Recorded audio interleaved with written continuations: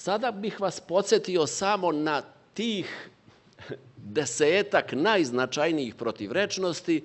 Naravno, nemojte se sekirati, neću se svakom od njih baviti, koje, kako rekoh, treba razumeti. Pogledajte prvu protivrečnost. Dakle, postoji protivrečnost i neko je od mojih prethodnika danas govorio o tome između razloga za i razloga protiv pristupanja pregovorima.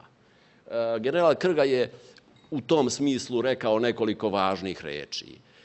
Jasno je da smo se mi opredelili kao država za pristupanje pregovorima kao načinu da rešimo, da okončamo agresiju i na ovom slajdu možete vidjeti i razloge za i razloge protiv.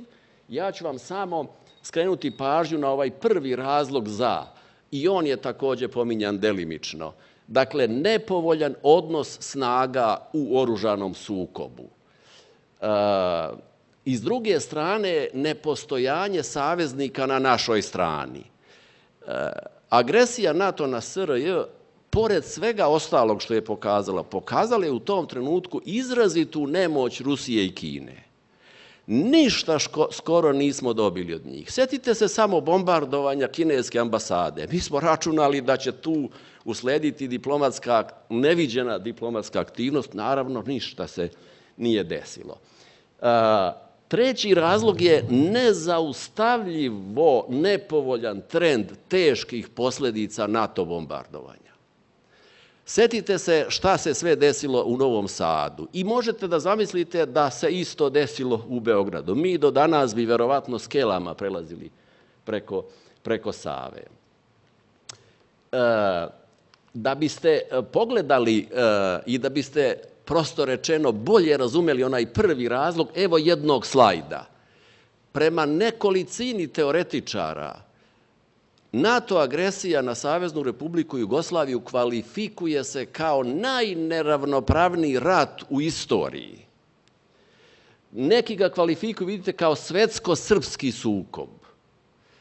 Savezna Republika, kako rekoh, Jugoslavija nije imala ni jednog jedinog saveznika, a NATO, pored onih 27 zemalja, 19 članica NATO i onih, koliko to beše, 8 koji su ustupili teritoriju, prelete, kapacitete, je ratovalo protiv nas. I uz, naravno, savezništvo, molim vas, važan je termin sa OVK. I naravno vidite dole taj odnos snaga. Dakle, 1:27, prema površini teritorije 1:228, prema broju stanovnika 1:67 i prema bruto nacionalnom dohotku 1:860. Druga protivrečnost, vidite, je vrlo interesantna. Reč je o protivrečnosti statusa strana u sukobu. Ovo je možda interesantno za pravnike međunarodnog prava i strana u pregovorima. Interesantno je i to retko ko zapaža da te strane nisu iste.